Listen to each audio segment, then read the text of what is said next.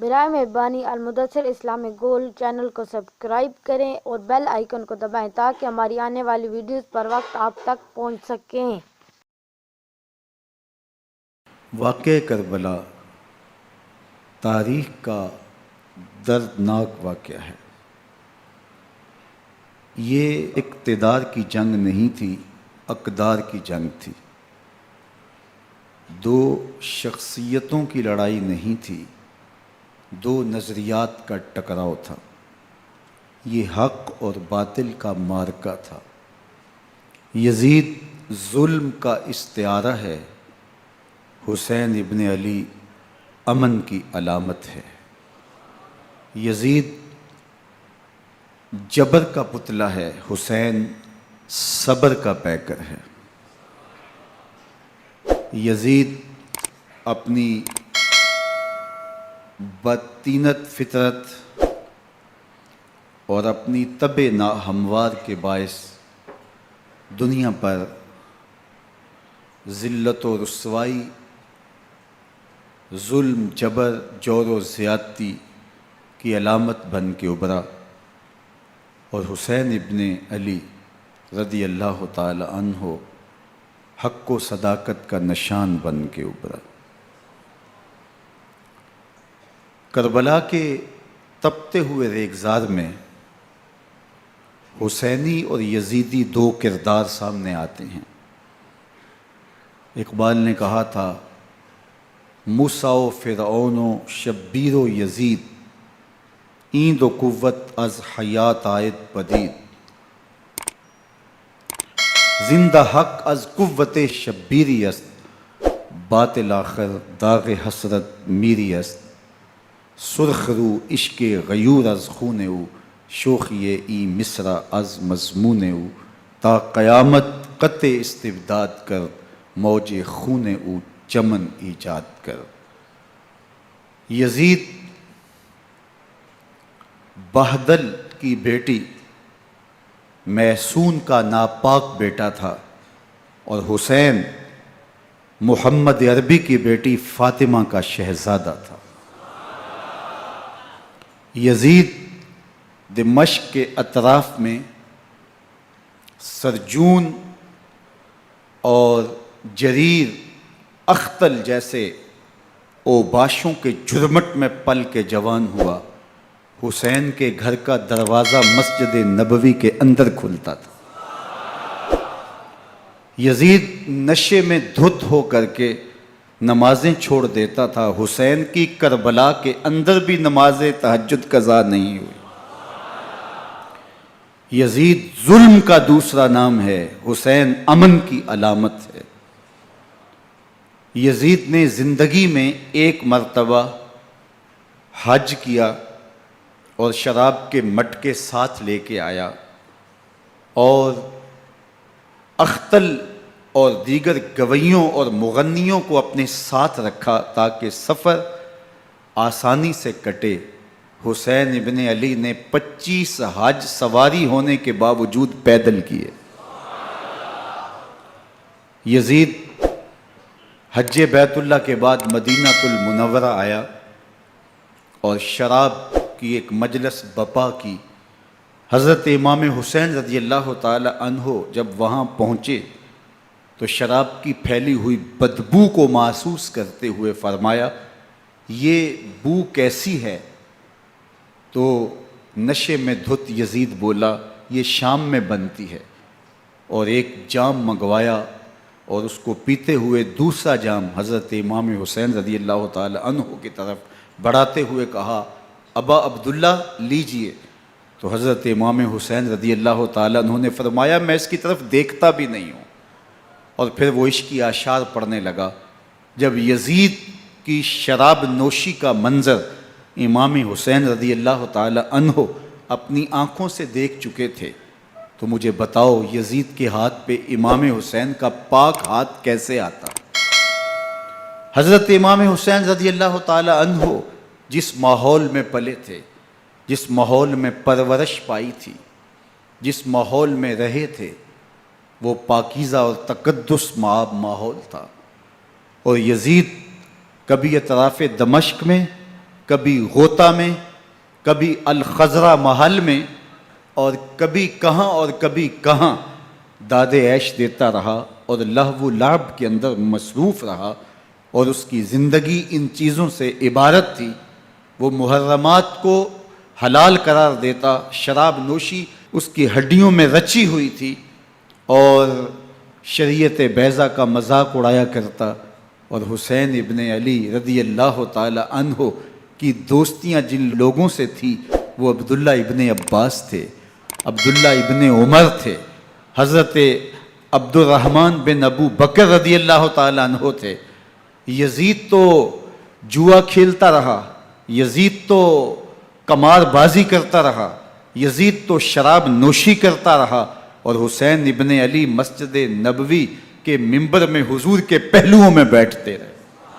زمانے نے وہ منظر دیکھا کہ سرخ رنگ کے جوڑے پہنے ہوئے حسنین کریمین حجرہ فاطمہ سے نکلتے ہیں، کم عمری کی وجہ سے کبھی گرتے ہیں کبھی سنبھلتے ہیں، اور آقا کریم خطبہ ارشاد کر رہے ہیں، خطبہ چھوڑ کے حضور نے شہزادوں کو اٹھا لیا۔ وہ منظر بھی زمانے نے دیکھا۔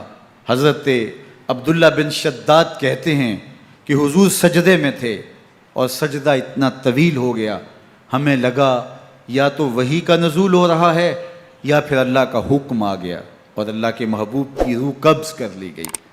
لیکن میں نے جب نظریں اٹھا کے ننکیوں سے دیکھا تو کیا منظر تھا کہ حسین ابن علی حضور کی پشت پہ بیٹھے ہوئے اور میرے آقا سجدے کو طول دے رہے ہیں۔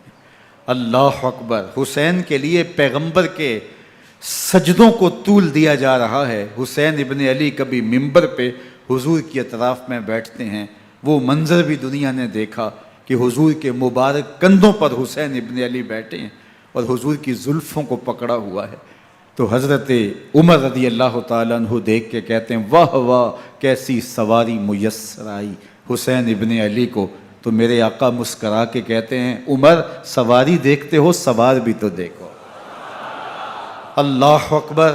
حضرت اسامہ بن زید بن حارثہ رضی اللہ تعالیٰ عنہ فرماتے ہیں رات کا ایک پہر گزر گیا اور مجھے حضور سے کوئی کام تھا، میں آقا کریم کی خدمت میں حاضر ہوا، در دولت پہ دستک دی، حضور تشریف لائے تو چادر اوڑی تھی، بکل کی ہوئی تھی میرے حضور نے، تو میں نے اپنی حاجت کہی تو حضور نے میری حاجت پوری کر دی۔ لیکن ایک منظر میں نے دیکھا کہ حضور نے جو چادر کی بکل فرمائی تھی اس کے اطراف میں پہلوؤں میں ابھار تھے جس طرح اندر کوئی ہو۔ مجھ سے نہ رہا گیا، میں نے پوچھ لیا، میں نے کہا بندہ نواز چادر کے اندر کیا ہے؟ فَكَشَفَهُ، تو حضور نے چادر کو کھول دیا۔ فَإِذَا الْحَسَنُ وَالْحُسَيْنُ عَلَىٰ وَرِكَيْهِ، تو کہتے ہیں میں نے اپنی آنکھوں سے دیکھا ایک پہلو سے امام حسین لپٹے ہوئے تھے، ایک پہلو سے امام حسن لپٹے ہوئے تھے۔ فرمایا یہ میرے بیٹے ہیں، یہ میری بیٹی کے بیٹے ہیں، اے اللہ میں ان سے پیار کرتا ہوں، تو بھی ان سے پیار کر، جو ان سے پیار کرے اس سے بھی پیار کر۔ ان کی محبت کا درس دیا، ان کے پیار کا سبق پڑھایا، کہا ان سے پیار کرنے والا میرے سے پیار کرنے والا ہے، ان سے بغض رکھنے والا میرے سے بغض رکھنے والا ہے۔ ان کی تکلیف حضور کو بے چین کر دیتی تھی۔ حضرت سیدہ فاطمہ الزہرا رضی اللہ تعالی عنہ کے گھر کے قریب سے گزرے تو حضرت امام حسین کے رونے کی آواز آ رہی تھی، تو آقا کریم علیہ السلام نے فرمایا کہ فاطمہ حسین کو چپ کرواؤ، الا تعلمی ان بقاءہ یوزینی، تو جانتی نہیں حسین کا رونا مجھے دکھ دیتا ہے۔ حسین ابن علی کو حضور رونے نہیں دیتے تھے، ان کو دکھی نہیں ہونے دیتے تھے، کیونکہ رسول اللہ صلی اللہ علیہ وسلم جانتے تھے کہ یہ کتنے دکھ سہے گا، کتنی تکلیفوں سے گزرے گا اور کتنے مصائب سہے گا۔ زمانے نے وہ گھڑیاں بھی دیکھیں کہ حضرت حذیفہ بن یمان رضی اللہ تعالیٰ عنہ فرماتے ہیں کہ میں حضور کی خدمت میں نماز مغرب کی ادائیگی کے لیے حاضر ہوا، اور میں نے یہ اجازت خاص طور پہ اپنی ماں سے اس شرط پہ لی تھی کہ امی آپ مجھے اجازت دیں، میں حضور کی خدمت میں حاضر ہوتا ہوں، مغرب کی نماز بھی ادا کروں گا اور پھر حضور سے عرض کروں گا حضور میرے لیے اور میری ماں کے لیے بخشش کی دعا کر دیجئے۔ ماں نے اس شرط پہ اجازت دے دی اور میں حضور کی خدمت میں آ گیا، نماز مغرب ادا کی، سلام پھرا، تو میرے دل میں آرزو تھی میں حضور سے عرض کروں حضور میرے لیے اور میری ماں کے لیے مغفرت کی بخشش کی دعا کر دیں۔ لیکن حضور عبادات میں، ذکر میں، نوافل میں ایسے مشغول ہوئے کہ میں آرزو رکھنے کے باوجود بھی عرض نہ کر سکا۔ خیر، نماز عشاء کا وقت ہوا، اذان پکاری گئی، حضور مصلی پہ آئے، نماز پڑھی، سلام پھرا، تو میرے دل میں پھر خیال آیا کہ ماں سے ایک نماز کی چھٹی لی تھی، نمازیں بھی 2 ہو گئیں، ماں نے جاتے پوچھنا ہے، حضور سے میرے لیے اور اپنے لیے مغفرت کی بخشش کی دعا کروائی تھی، تو کیا جواب دوں گا؟ اور حضور اٹھے اور کاشانہ اقدس کی طرف چل دیے۔ اب میرے دل میں یہ خیال رہ کے آ رہا تھا کہ ماں کو کیا جواب دوں گا، میں تو حضور سے بخشش و مغفرت کی دعا کروا ہی نہیں سکا۔ جب حضور چل پڑے تو غیر ارادی طور پہ میں بھی حضور کے پیچھے چل پڑا۔ چلنے میں تھوڑی سی رفتار تیز ہو گئی، جس سے قدموں کی آہٹ پیدا ہوئی، تو جب آواز پیدا ہوئی تو حضور نے رخ پھیرے بغیر فرمایا، من ھذا، میرے پیچھے پیچھے کون آ رہا ہے؟ پھر خود ہی کہا، حذیفہ تو نہیں؟ تو میرا دل دھڑک رہا تھا، قلت نعم، میں نے کہا جی حضور، میں حذیفہ ہوں۔ فرمایا، ما حاجتک غفر اللہ لک ولامک، کیا کام ہے؟ اللہ تجھے بھی بخش دے، تیری ماں کو بھی بخش دے۔ اب جو کام تھا وہ جنبش لب سے پہلے ہی ہو گیا، یہاں تو لفظوں کا سہارا بھی نہیں لینا پڑتا، وہ بند لبوں کی بولیاں بھی سنتے ہیں۔ اقبال بولا ہے، فروغت صبح آثار و دہور، چشم تو بی نندائے ما فی الصدور، تیری نظر تو سینوں کے چھپے راز بھی دیکھتی ہے۔ تو کہا، ما حاجتوں کا غفر اللہ لک ولامک، اللہ تجھے بخش دے، تیری ماں کی بھی مغفرت کر دے، کیا کام ہے؟ اب جو کام تھا وہ تو ہو گیا۔ تو میرے حضور نے ارشاد فرمایا، حذیفہ سنو، ابھی ایک فرشتہ آیا ہے جو اس سے قبل دھرتی پر پہلے کبھی نہیں آیا، آج پہلی مرتبہ اللہ سے اجازت لے کے 2 کام کرنے آیا ہے۔ ایک تو مجھے سلام کرنے آیا ہے، اور دوسرا خوشخبری دینے آیا ہے کہ آپ کی بیٹی فاطمہ جنتی عورتوں کی سردار ہے، اور حسن اور حسین جنتی جوانوں کے سردار۔ ایک طرف یزید ناپاک میسون کا پلیت بیٹا، اور ایک طرف محمد عربی کا نواسا، فاطمہ کے دودھ کا اثر، علی المرتضیٰ کے خون کی تاثیر، رسول اللہ صلی اللہ علیہ وسلم کے کندھوں پہ بیٹھنے والا۔ ایک دن حضور نے امام حسین رضی اللہ تعالیٰ عنہ کے ہاتھ پکڑ لیے اور ان کے پاؤں اپنے پاؤں پہ رکھے، اور پھر فرمایا، بیٹے آگے بڑھو، اور ان کے پاؤں حضور کی پنڈلیوں پہ آئے۔ پھر کہا، بیٹے اور آگے بڑھو، حتیٰ کہ ان کے پاؤں حضور کی رانوں پہ آئے۔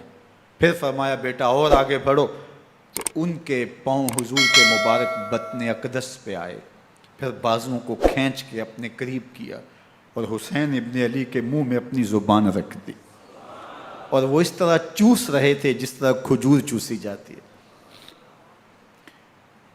تو اللہ کے محبوب علیہ السلام نے حسین ابن علی کو اپنی زبان کا لعاب دہن دے کر کے، وہ شیر رحمت دے کر کے، وہ کوثر و تسلیم سے پاکیزہ تر آب رحمت عطا کر کے ان کی ہمیشہ کے لیے پیاس بجھا دی، تاکہ کل کربلا کے تپتے ہوئے ریگزار میں حسین ابن علی کو پیاس کی شدت تنگ نہ کرے اور پائے استقلال میں لغزش نہ آنے پائے۔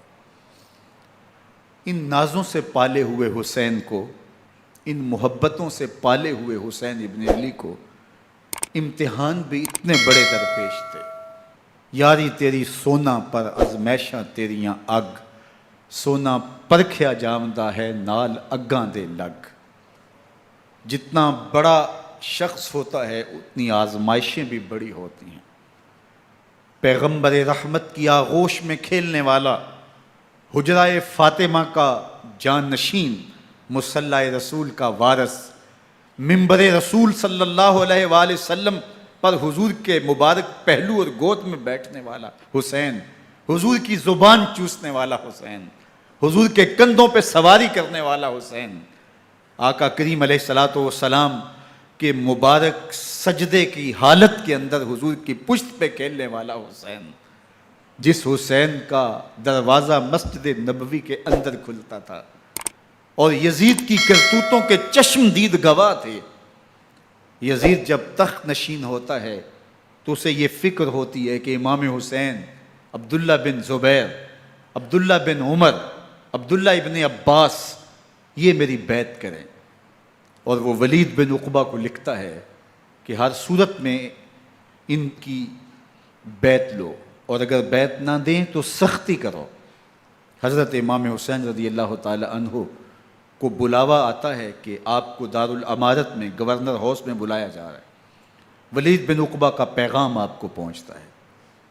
آپ اس وقت فرماتے ہیں کہ اس وقت جو پیغام پہنچا ہے وہ کسی خطرے سے خالی نہیں ہے، تو کچھ سواروں کو ساتھ لیا، کہا تم دارالامارت کے باہر کھڑے رہنا، اگر میری آواز بلند ہوئی تو اندر آ جانا، ورنہ تم انتظار کرنا۔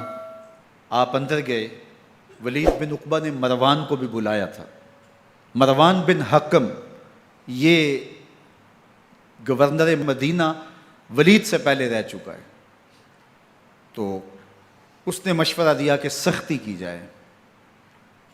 خیر ولید بن عقبہ نے کہا کہ یہ خط ہے، حضرت امیر معاویہ کا انتقال ہو گیا اور یزید تخت نشین ہوا ہے، لہٰذا وہ آپ سے بیعت کا مطالبہ کرتا ہے۔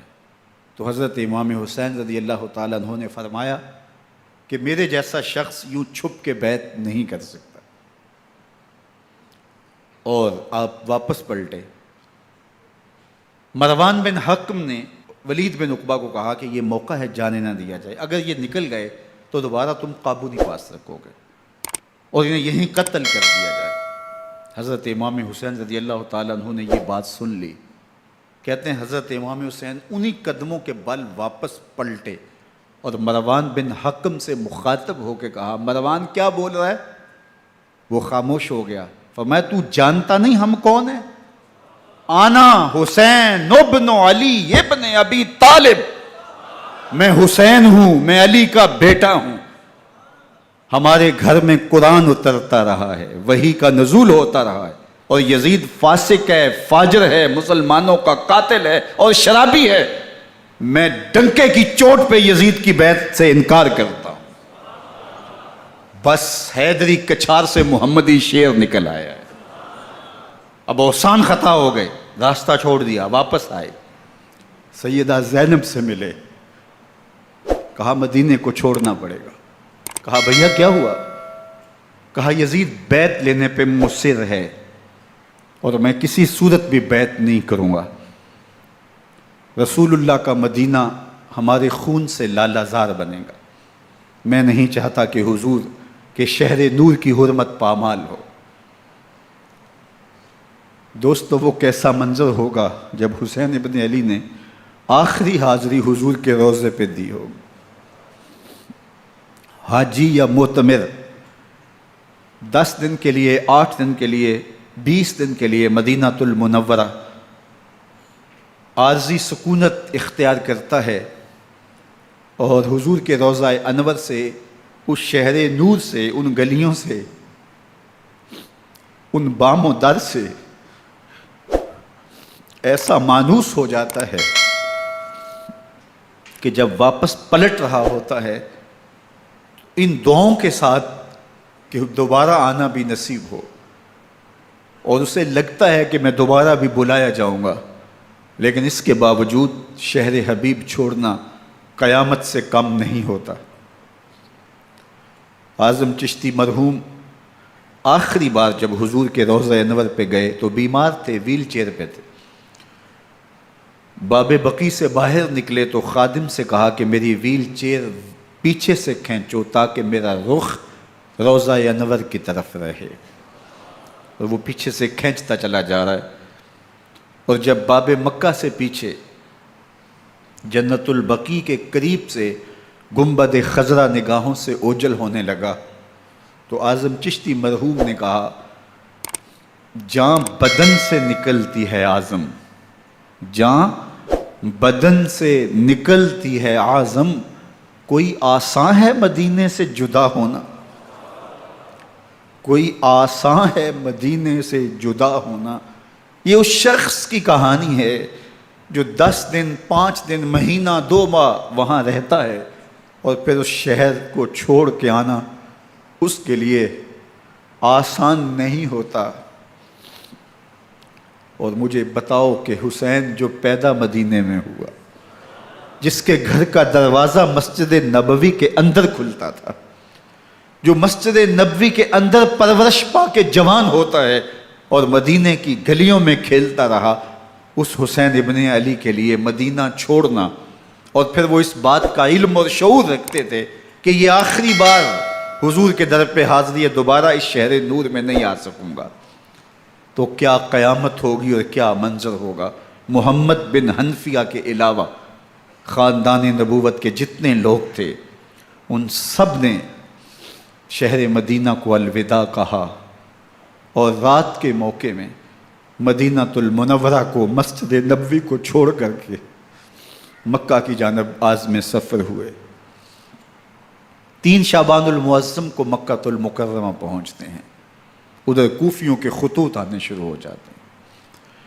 حضرت امام حسین رضی اللہ تعالیٰ عنہ مسلم بن عقیل رضی اللہ تعالیٰ عنہ کو صورتحال معلوم کرنے کے لیے بھیج دیتے ہیں۔ 40,000 کوفی آپ کے ہاتھ پہ بیعت کر لیتے ہیں۔ ادھر 25 پیدل حج کرنے والے حضرت امام حسین 8 ذی الحج کو احرام باندھتے ہیں، لیکن آپ کو پتہ چلتا ہے کہ حاجیوں کے روپ میں قاتل چھپا دیے گئے، تو آپ اس احرام کو حج کی بجائے عمرے میں بدلتے ہیں اور کوفے کی جانب عازم سفر ہوتے ہیں۔ کائنات والو، ذرا سینے پہ ہاتھ رکھ کے دیکھو کہ یہ کتنا مشکل مرحلہ تھا۔ اس دین کی آبرو کو بچانے کے لیے حضرت امام حسین رضی اللہ تعالیٰ عنہ نے کتنا بڑا قدم اٹھایا۔ آپ کے بہی خواہ، دوست، احباب عبداللہ بن عمر یہ سارے روکتے ہیں۔ عبداللہ بن عباس کہتے ہیں حضرت نہ جائیے، الکوفی لا یوفی، کوفی کبھی وفا نہیں کرتے، آپ کے والد کو وہاں شہید کیا گیا، لیکن آپ ایک فرض کو نبھانے جا رہے ہیں۔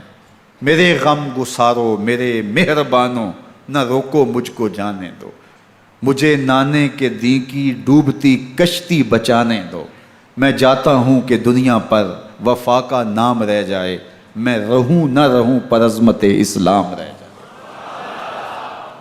میں نہیں جاتا تو نبی کے گھر کی آن جاتی ہے، میں نہیں جاتا تو نبی کے گھر کی آن جاتی ہے، تمہارا دین جاتا ہے میری غیرت ایمان جاتی ہے۔ حضرت امام حسین یہاں سے چلتے ہیں، ابھی راستے میں ہی پہنچتے ہیں کہ یہ خبر آتی ہے کہ کوفے والوں نے بے وفائی کر دی، حضرت مسلم بن عقیل رضی اللہ تعالیٰ عنہ کو شہید کر دیا گیا، نعمان بن بشیر معزول کر دیے گئے، ابن مرجانہ ابن زیاد وہاں متعین کر دیا گیا جو سخت گیر شخص تھا، اور اس نے لوگوں کو ڈرایا، دھمکایا، اور کوفے کے لوگوں کے دل بدل گئے اور وہ بیتیں توڑنے لگے۔ وہ منظر مسجد کوفہ کا کتنا دلگداز تھا، جب امام نماز کے لیے کھڑے ہوئے تو 40,000 لوگ آپ کے پیچھے تھا۔ جب سلام پھیرا اور امام نے دیکھا کہ پیچھے لوگ نہیں ہیں، پھر لوگوں نے اپنے دروازے بھی بند کر لیے۔ رات کی تنہائیاں ہیں اور حضرت مسلم بن عقیل کو کوئی پناہ دینے والا نہیں ہے۔ لوگوں نے دروازے بند کر لیے کہ کہیں ہمارے گھر میں نہ آ جائیں اور ہم مشقت اور حکومتی تشدد کا شکار نہ ہوں۔ کتنا دردناک لمحہ ہے حضرت مسلم بن عقیل رضی اللہ تعالیٰ عنہ پہ، اور پھر حضرت مسلم بن عقیل بے دردی سے شہید کر دیے جاتے ہیں۔ آپ ابھی راستے میں ہیں، یہ ساری کہانی پہنچتی ہے کہ حضرت مسلم شہید کر دیے گئے اور بے دردی سے شہید کر دیے گئے۔ وہ جنہوں نے خط لکھے تھے کہ ہم آپ کے ساتھ ہیں اور ہم منتظر ہیں، چشم برا ہیں، آپ کے قدموں کی چاپ سننے کے لیے بےتاب ہیں، آج انہوں نے بیتیں توڑ دی۔ 40,000 کوفی منحرف ہو گئے۔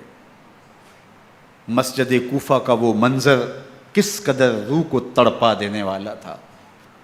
ہم پچھلے سال عصر اور مغرب کے درمیان جب کوفہ پہنچے تو سورج ڈوبنے کے قریب تھا. میں نے اپنی زندگی میں اتنا اداس موسم کہیں نہیں دیکھا جتنا اداس موسم کوفے میں دیکھا.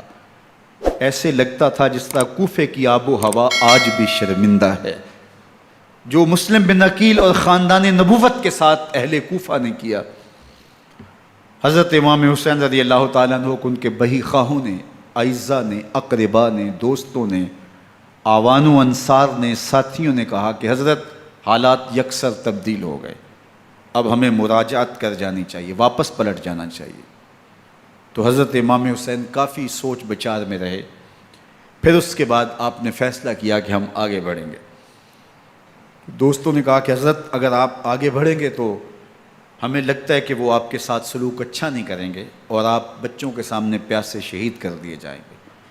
تو حضرت امام حسین رضی اللہ تعالیٰ عنہ نے وہاں ایک خطبہ ارشاد فرمایا کہ لوگوں تم جو مجھے بتا رہے ہو مجھے اچھی طرح معلوم ہے، جو تم مجھے منظر پیش کر رہے ہو وہ میری نگاہوں میں ہے، اور جو کچھ ہونے والا ہے چشم تصور وہ منظر دیکھ رہی ہے.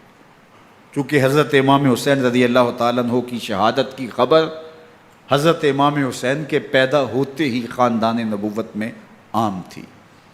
حضور علیہ الصلوۃ والسلام کو یہ بات جبریل امین نے آ کے بتائی تھی جب حسین ابن علی کے ساتھ حضور محبت کا اظہار کر رہے تھے.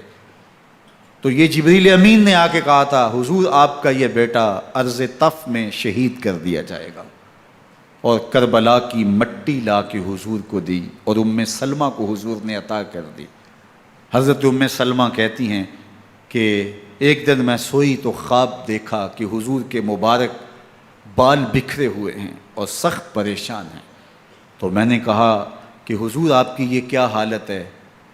وَبِيَدِهِ قَارُورَةٌ، اور حضور کے ہاتھ میں ایک شیشی ہے، فِيهَا دَمٌ، جس کے اندر خون ہے. تو میں نے کہا حضور یہ کیا؟ فرمایا میں قتل گاہ حسین سے آ رہا ہوں اور یہ حسین ابن علی کا خون ہے. تو کہا 10 محرم کا دن تھا، دوپہر کا یہ منظر تھا، میں کیلولہ کر کے اٹھی، جب میں نے دیکھا تو وہ شیشی جس میں کربلا کی مٹی رکھی تھی وہ خون بن چکی تھی. تو یہ خبر پہلے دی گئی تھی، یہ بتا دیا گیا تھا. فرمایا میرے دوستو جو تم مجھے بتاتے ہو میں اس سے بے خبر نہیں ہوں، یہ سب کچھ ہونے والا ہے، لیکن اس کے باوجود میں کیوں جا رہا ہوں؟ تو آپ کا ایک تاریخ ساز جملہ ہے جو کربلا کے فلسفے کو ہمارے سامنے رکھتا ہے کہ یہ اتنا بڑا امتحان کیوں دیا. حضرت امام حسین رضی اللہ تعالیٰ عنہ نے فرمایا وَلَكُمْ فِيَّ أُسْوَةٌ، میں اس لیے جا رہا ہوں قیامت تک ظلم، جبر اور ناانصافی کے خلاف کھڑے ہونے والوں کے لیے کوئی نمونہ تو ہو. میری زندگی قیامت تک ظلم، جبر اور استحصالی نظام کے خلاف کھڑے ہونے والوں کے لیے نمونہ ہے. تو حضرت امام حسین رضی اللہ تعالیٰ عنہ نے حق اور باطل کے درمیان ایک سرخ لکیر کھینچ دی اپنے خون سے.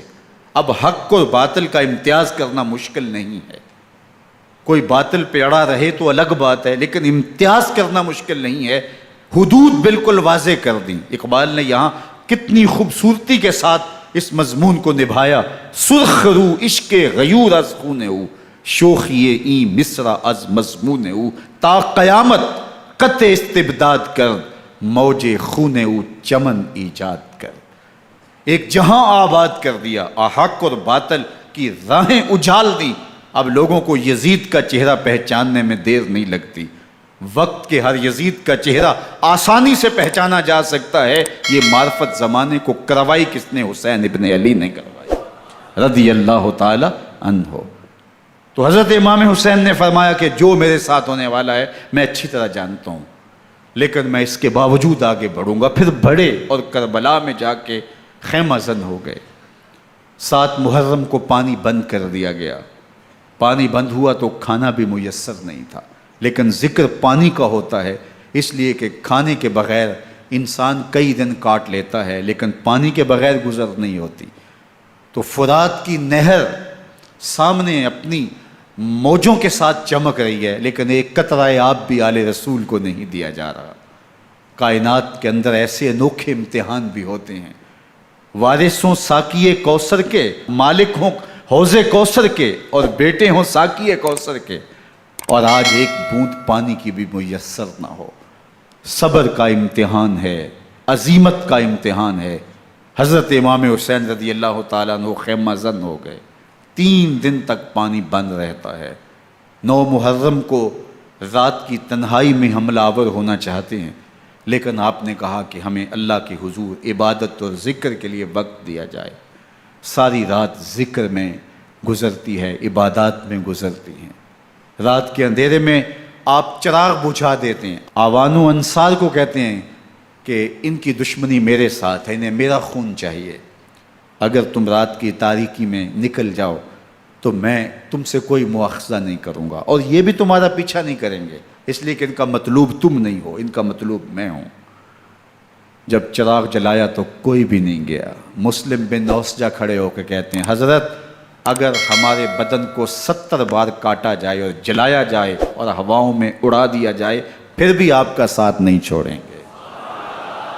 70 سال کے بوڑھے ہیں حبیب بن مظاہر، کہتے ہیں حضرت آپ کو چھوڑ کے جائیں کہاں، آپ کو چھوڑ کے جائیں کہاں، کوئی ساتھ چھوڑنے کے لیے تیار نہیں ہے۔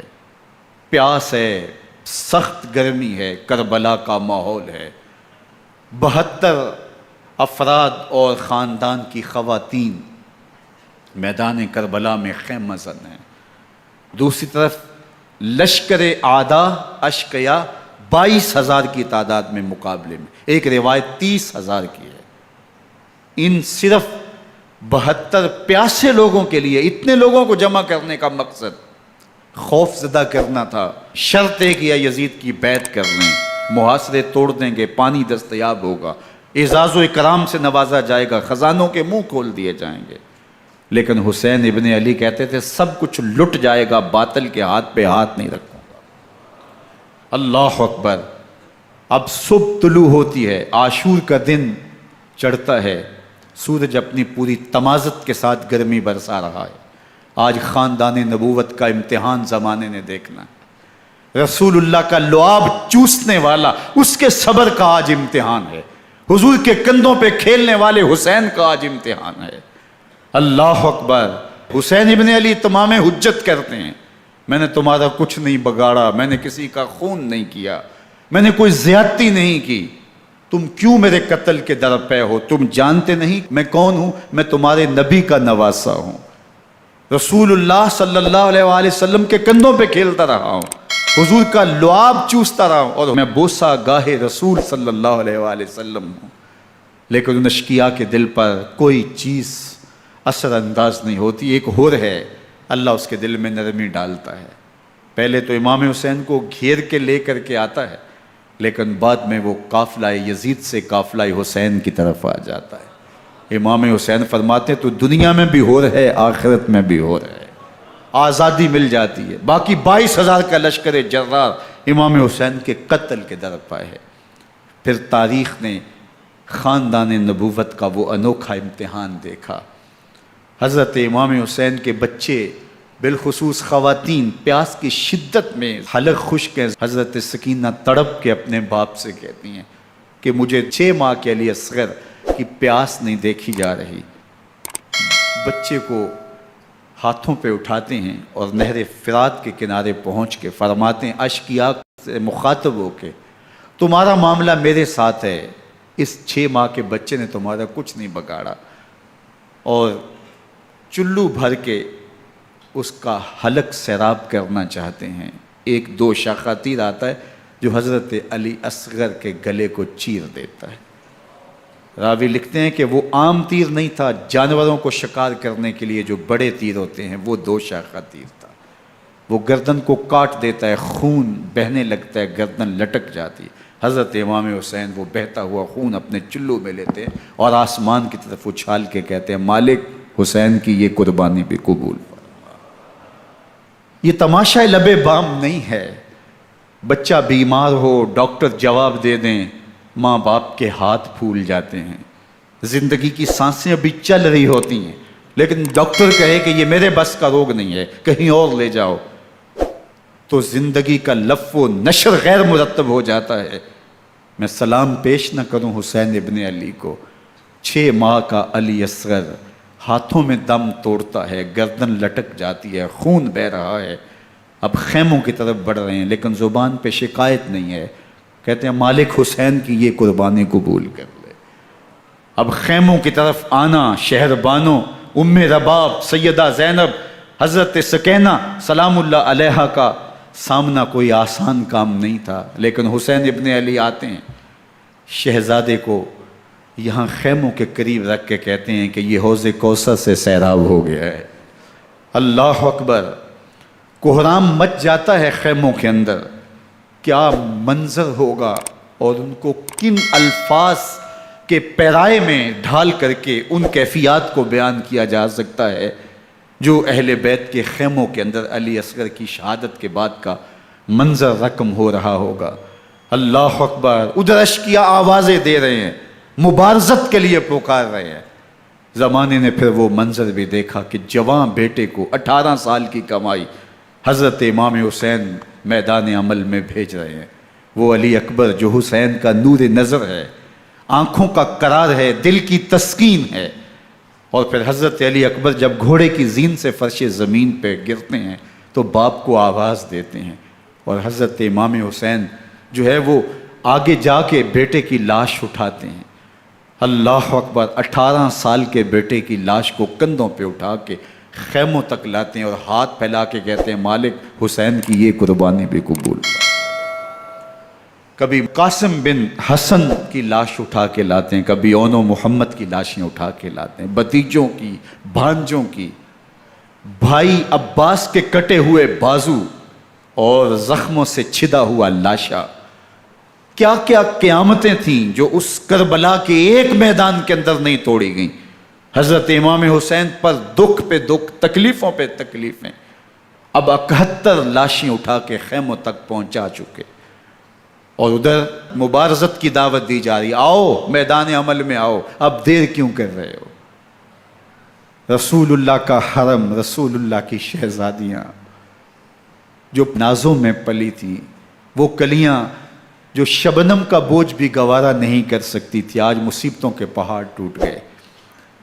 حضرت امام حسین کبھی شہربانوں کو، کبھی ام رباب کو دلاسا دیتے ہیں، کبھی حضرت زینب کو کہتے ہیں۔ حضرت زینب کربلا کے اس میدان کے اندر بڑے حوصلے کے ساتھ اپنے بھائی کے ساتھ کھڑی رہی، اپنے 2 بیٹے راہ خدا میں پیش کیے، ان کی لاشیں وصول کیں، لیکن زینب جس جرأت کے ساتھ، جس پامردی کے ساتھ اس سارے منظر کو حوصلے کے ساتھ سہتی رہی، وہ یقیناً حوصلہ سیدہ زینب سلام اللہ علیہا کا ہی ہے۔ لیکن یہ وہ منظر تھا کہ زینب کا دل بھی ڈول گیا جب حسین ابن علی گھوڑے پہ بیٹھنے لگے، اور ان کو گھوڑے میں بٹھانے والا کوئی نہیں تھا، اور جو بھی سوار جاتا پھر واپس اس کی لاش ہی آتی اور حسین ابن علی لے کے آتے۔ آج حسین ابن علی جا رہے ہیں، زندگی کا سارا سرمایہ لٹ رہا ہے، حضرت زینب سلام اللہ علیہا سنبھالے سنبھل نہیں گئی۔ حضرت امام رضی اللہ تعالیٰ عنہ اٹھے اور آپ نے حضرت زینب کو صبر کی تلقین کی اور کہا کہ صبر ہی بہترین ذریعہ ہے اور اللہ کی قربت کا ایک بہترین سبب ہے، اور ان کو صبر کی تلقین کرتے ہوئے فرمایا کہ میرے بعد تم نے اس ذمہ داری کو سنبھالنا ہے، اور ان مخدرات اسلام کی، ان شہزادیوں کے پردے کی تم نے حفاظت کرنی ہے۔ اور پھر گھوڑے کی زین کس کے امام حسین لشکر اشکیا کی طرف بڑھتے ہیں۔ اب خیموں سے سسکیوں کی آواز آ رہی ہے، ان کا سردار، ان کا تاجدار آج سب کو چھوڑ کے کربلا کے میدان کی طرف بڑھ رہا ہے۔ جرم کیا کیا، قصور کیا کیا، اس نے کیا زیادتی کی کہ آج نیزوں اور انیوں کے مقابلے میں 22,000 کا لشکر حضرت امام حسین پہ ٹوٹ پڑتا ہے۔ آپ پھر اتمام حجت کرتے ہیں، میں نے کسی کو قتل نہیں کیا، خون ناحق نہیں بہایا، میرے خون کے درپے کیوں ہو، اپنی آخرت کیوں برباد کرتے ہو، تم جانتے نہیں میں کون ہوں، میں تمہارے نبی کا نواسا ہوں۔ لیکن ابن زیاد کہتا ہے مقابلے میں آؤ۔ پھر حضرت امام حسین رضی اللہ تعالیٰ عنہ مقابلے میں آتے ہیں، اور جب گھوڑے کو ایڑ لگا کے دشمن اشقیاء پہ ٹوٹتے ہیں تو پھر ایسا منظر ہوتا ہے کہ وہ بھیڑ بکریوں کی طرح آگے بھاگتے ہیں۔ 71 زخم کلیجے پہ لیے، شجاعت کا یہ پیکر جب میدان میں آتا ہے، آواز آتی یہ کون ذی وقار ہے، بلا کا شاہ سوار ہے، لباس ہے پھٹا ہوا غبار سے اٹا ہوا، تمام جسم نازنی چدا ہوا کٹا ہوا، یہ نبی کا نور عین ہے، یہ بالیقین حسین ہے، یہ حسین ابن علی ہے رضی اللہ تعالیٰ عنہ۔ پھر چاند بادلوں میں گھر جاتا ہے، شامی ہنڈے تیر برساتے ہیں، تلواروں سے آپ کے بدن پر ضربیں لگاتے ہیں اور نیزوں سے آپ کے بدن کو پرو دیتے ہیں۔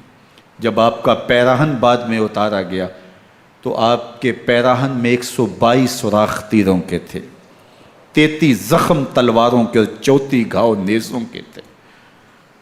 جب گھوڑے کی زین سے فرش زمین پر آئے، بدن چھلنی تھا، زخم زخم سے خون بہہ رہا تھا، 3 دن کا پیاسا حسین، اللہ اکبر، بدن زخموں سے چور، 71 لاشیں کلیجے پہ لیے، مخدرات اسلام کے پردے کا خیال دل میں الگ ہے، لیکن گھوڑے کی زین سے جب فرش زمین پہ امام حسین آتے ہیں، زبان پہ ہائے نہیں، نالا و شیون نہیں، چیخ و پکار نہیں، آتے ہی پیشانی سجدے میں رکھتے ہیں اور پکارتے ہیں اللہم ردن بقضائک وصبرن علی بلائک تسلیمن لامرک سبحان ربی الاعلی۔ مالک گھر لٹا کے، بچے لٹا کے، خاندان سب کچھ قربان کر کے، اپنے بدن کو زخموں سے چھلنی کروا کے، تیروں اور نیزوں کی انیوں سے اپنے آپ کو زخمی کروا کے، تیرے حضور سر جھکا کے یہ اقرار کرتا ہوں کہ حسین تیری تقدیر پہ راضی ہے، مالک تو بھی بتا، تو بھی حسین پہ راضی ہوا ہے کہ نہیں ہوا۔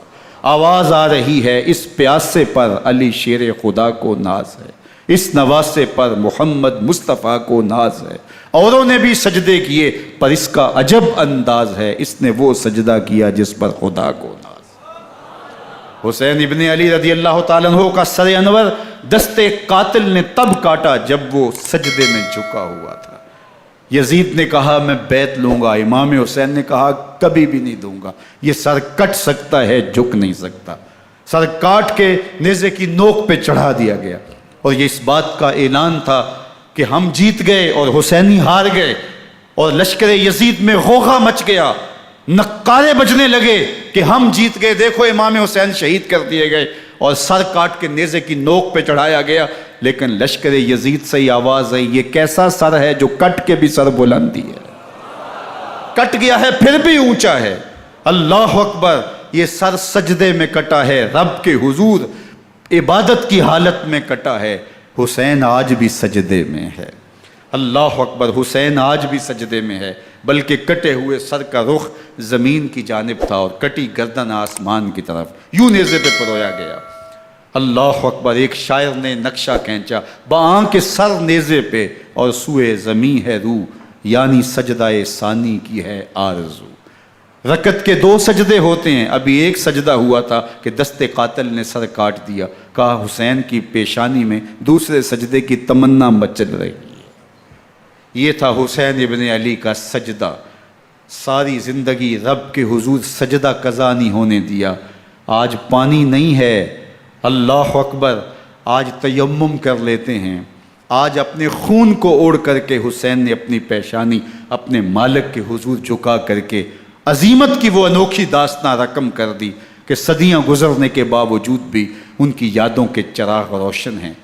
جب حضرت امام حسین اور دوسرے آیان و انصار کو شہید کر دیا گیا تو ان کے سر نیزوں کی نوک پہ چڑھا دیے گئے، حضرت امام حسین کا کٹا ہوا سر اور باقی 71 افراد کے کٹے ہوئے سر نیزوں کی نوک پہ، اور 10 سواروں کو ابن سعد نے کہا کہ ان کو رون دو، اور گھوڑوں کی ٹاپوں تلے حضرت امام حسین رضی اللہ تعالیٰ عنہ اور ان کے آوان و انصار کو جو ہے وہ روندا گیا، حتیٰ کہ ان کی استخوان مبارک، ان کی ہڈیاں بھی چور چور ہو گئیں۔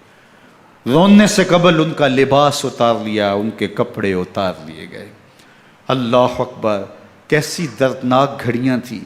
یزید کا صرف یہی بد کرداری کا مرحلہ نہیں تھا، اس کربلا کے صحرا کے اندر یزید نے جس طرح امام حسین رضی اللہ تعالیٰ عنہ کو شہید کیا اور حضرت امام حسین کے خاندان کو شہید کیا، جب مدینہ المنورہ پر یزید نے مسلم بن عقبہ کو مقرر کیا، جس کو بزرگوں نے مصرف بن عقبہ کہا ہے، تو اس کو کہا 3 دن تک مدینے کا حرم تمہارے لیے حلال ہوگا، جو چاہو تم کرنا، اور شامی فوجوں کو اجازت ہوگی۔ تو وہاں بھی انہوں نے 10,000 تابعین اور 700 صحابہ کو شہید کیا۔ حضرت ابو سعید خدری رضی اللہ تعالیٰ عنہ گھر سے باہر نکلے، کافی بوڑھے ہو چکے تھے، تو انہوں نے حضرت ابو سعید خدری کو پکڑ لیا، کہا تم کون ہو؟ کہا مجھے ابو سعید خدری کہتے ہیں۔ تو کہا ہاں تمہارا نام سنا ہے، اور داڑھی سے پکڑ کے کھینچا اور کہا کہ ہے تمہارے پاس جو ہمیں دو؟ تو کہا کہ میرے پاس تو کچھ بھی نہیں، میں تو فقیر آدمی ہوں۔ تو ان کے گھر ان کو لے گئے، تو 2 کبوتر رکھے تھے حضرت ابو سعید خدری نے، تو وہ کبوتر لوٹ کے لے گئے۔ اللہ اکبر۔ حضرت ابن سنان رضی اللہ تعالیٰ عنہ کو، جو حضور کے علم بردار تھے فتح مکہ کے دن، ان کو ستو پہلے پلائے اور پھر ان کی گردن کاٹی گئی، اور کہا یہ ہے وہ ستو جو تم زندگی میں آخری بار پیو گے۔ ایک گھر میں داخل ہوئی شامی فوج، تو ایک خاتون کے ابھی بچہ پیدا ہوا تھا، اور قابلہ نے، دائیہ نے، وہ بچہ ماں کی چھاتی پہ لٹایا، اور وہ ماں کا پہلا دودھ پی رہا تھا۔ تو یہ جا کے کہنے لگے نکالو تمہارے پاس جو کچھ ہے۔ تو اس خاتون نے کہا تم جانتے ہو یہ بچہ کون ہے؟ تو انہوں نے کہا ہم نہیں جانتے۔ کہا یہ حضرت ابن ابی کبشہ انماری رضی اللہ تعالیٰ عنہ کا بچہ ہے، اور یہ وہ صحابی ہیں کہ جو بیت الشجرہ کے موقع پہ حضور کے ہاتھ پہ بیعت کرتے ہیں۔ انہوں نے اس چیز کا لحاظ نہ کیا کہ جو کچھ ہے وہ ہمیں دو، ورنہ تیرے بچے کو نہیں چھوڑیں گے۔ تو ماں بچے سے مخاطب ہو کے کہتی ہے، ابھی بچہ پیدا ہوا ہے اور ماں سے پہلا دودھ پی رہا ہے، کہ بیٹے اگر میرے پاس کچھ ہوتا، وہ قیمتی سے قیمتی چیز بھی ہوتی، تیری جان کے لیے قربان کرتی، لیکن اس وقت میرے پاس کچھ ہے نہیں۔ تو ایک شکی آگے بڑھا اور بچے کو ایک ٹانگ سے پکڑ کے کھینچ کے دیوار کے ساتھ پٹک کے مارا، جس سے دماغ کا بھیجا نکل گیا۔ کیا کیا زیادتیاں نہیں کی۔ 700 صحابہ حرہ کے واقعہ میں شہید کیے یزید نے، اور 10,000 تابعین شہید کیے۔ مسجد نبوی میں ممبر رسول کے ساتھ گھوڑے باندھے، اور وہ ممبر رسول اور مصلی رسول کے قریب لید کرتے رہے۔ حضرت سعید بن المسیب فرماتے ہیں میں نابینا تھا اور حضور کے روضہ انور کے پاس بیٹھا تھا، اور یزید کے سپاہی آتے، جو بھی مسجد میں نظر آتا پکڑ کے لے جاتے، مجھے نابینا سمجھ کے چھوڑ دیتے، لیکن میں پریشان تھا کہ ظہر کا وقت ہوگا، عصر کا وقت ہوگا، مغرب عشاء کا وقت ہوگا، نہ اذان، نہ اقامت، نہ جماعت، تو کیسے مجھے پتہ چلے گا کہ نماز کا وقت ہو گیا، اور کیسی میری نمازوں کا کیا بنے گا؟ میں اس فکر میں بیٹھا تھا۔ لم ازل اسمع الاذان والاقامت من قبر رسول اللہ صلی اللہ علیہ وآلہ وسلم۔ فرماتے ہیں جب بھی پھر نماز کا وقت آیا، گنبد خضرا سے اذان کی بھی آواز آئی، اقامت کی بھی آواز آئی۔ 3 دن تک مسجد نبوی کے اندر گھوڑے بندے رہے، اور مدینہ کی حرمت پامال کی۔ مدینہ کے گھروں کے اندر یہ بدکماش داخل ہوئے، اور جو بدکاریاں انہوں نے کی، کلیجہ منہ کو آتا ہے۔ 1002 شیزائیں ان بدکاروں کی بدکاریوں کی وجہ سے کنواری حالت کے اندر حاملہ ہوئی۔ 3 دن تک مدینے کا حرم انہوں نے پامال کیا، اور پھر مکہ المکرمہ میں کعبۃ اللہ پر گولے برسائے، اور کعبہ کا غلاف جل گیا۔ وہ تو یزید مر گیا، اور حضرت عبداللہ ابن زبیر رضی اللہ تعالیٰ عنہ نے اپنی خلافت کا اعلان کیا۔ یزید کے یہ کرتوت تھے، ادھر اہل مدینہ کو ستایا، ادھر اہل مکہ کو ستایا، اور رسول اللہ صلی اللہ علیہ وسلم کے خانوادے کی بے حرمتی اور توہین کی۔ نہ صرف انہیں قتل کیا گیا، ان کی لاشوں پہ گھوڑے دوڑائے۔ ابن سعد اور شمر جو ہے وہ خیموں میں داخل ہوا، اور مخدرات اسلام کی چادریں چھیننے کی کوشش کی۔ حضرت زینب سلام اللہ علیہ نے مخاطب ہو کے کہا ہمارے چہرے کے رکھوالے چلے گئے ہیں، ظالم تو خیال نہیں کرتا ہم رسول اللہ کی بیٹیاں ہیں۔ حضرت شہربانو، حضرت زین العابدین اور حضرت زینب سلام اللہ علیہم، ان تینوں کو ایک اونٹ پہ باندھا گیا، اور باقی اونٹوں پہ باقی سادات کو، حضور کی شہزادیوں کو باندھا گیا، رسیوں میں جکڑا گیا، اور اونٹوں پہ باندھ کر کے کوفے کی جانب آگے آگے شہیدوں کے سر چل رہے ہیں، اور پیچھے یہ قافلہ چل رہا ہے۔ اور جب یہ قافلہ وہاں سے گزرا جہاں لاشیں پڑی تھیں، امام زین العابدین 14 سال کے تھے اور بیمار تھے، اور ان کا حوصلہ نہ ہوا، وہاں غشی ان کے اوپر آنے لگی، اور وہ منظر ابن کثیر نے، باقی لوگوں سب نے لکھا ہے کہ پھر جب ان کی یہ حالت ہوئی تو پھر سیدہ زینب سلام اللہ علیہا جنہوں نے ابھی تک بڑے حوصلے کے ساتھ ساری مشکلات کا مقابلہ کیا تھا، اب ان کے بندھن ٹوٹ گئے اور آنکھوں سے آنسو بہنے لگے، اور سیدہ زینب تھے امام حسین رضی اللہ تعالیٰ عنہ کی لاش پہ کھڑے ہو کے، اور وہ روندی ہوئی لاش، ٹوٹی ہوئی ہڈیاں، اور وہ برینا بدن، کٹا ہوا سر نیزے کی نوک پہ، اور لاش یہ پڑی ہے، تو حضرت سیدہ زینب نے مدینے کی طرف منہ کر کے جو ہے وہ حضور سے فریاد کی، یا محمد آہو، یا محمد آہو، ھذا حسین بالآراء مزمل بالدماء، یا محمد آہو بناتوں کا سبایا۔ یا رسول اللہ، اے پیارے آقا، یا جد آہو، اے ہمارے نانا محترم، یہ دیکھیے آپ کا حسین پڑا ہوا ہے، بدن سے کپڑے اتار لیے گئے، خاک ہوائیں اڑا رہی ہیں، اور اس کے اوپر چادر جو ہے وہ مٹی کی پڑ گئی ہے، حضور آپ کی اولاد کاٹ دی گئی، اور پھر کہا بناتوں کا سبایا، حضور دیکھیے آپ کی بیٹیوں کے ہاتھ باندھ دیے گئے ہیں، اونٹوں پہ کس دیا گیا ہے، سر شہیدہ آگے آگے چل رہے ہیں، اور حضرت سیدنا امام حسین کا آگے آگے سر ہے۔ راستے کے اندر ایک جگہ آئی، رات گزری اور ان کو اتارا گیا۔ رات کا موقع تھا، ایک خاتون آئی اور اس نے کوئی کھانا پیش کیا ان کو، اور کہا کہ میں کسی زمانے میں حضرت سیدہ فاطمہ تو زہرا کی نوکری کیا کرتی تھی، ان کی لونڈی تھی، ان کی کنیز تھی، اور آج مجھے پتہ چلا کہ آپ لوگ گزر رہے ہیں، تو میں نے کہا کہ میں اپنی مخدومہ کے خاندان کی خدمت کروں۔ اور پھر اس نے کہا کہ اس وقت سیدہ کی گود میں ایک 6-7 ماہ کی بچی تھی جس کو زینب کہا کرتے تھے، تو سیدہ زینب نے کہا کہ اماں اگر پہچانتی ہو تو وہ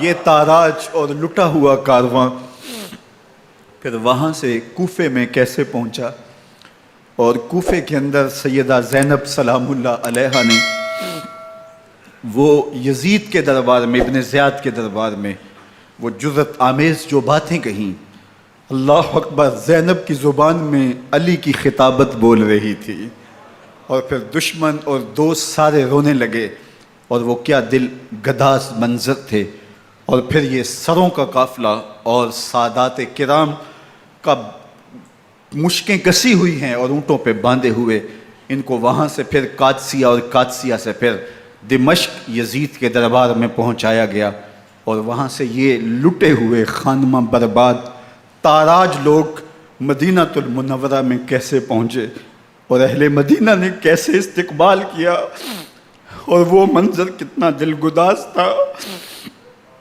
جب اہل مدینہ زینب سے پوچھتے تھے زینب حسین کہاں ہے؟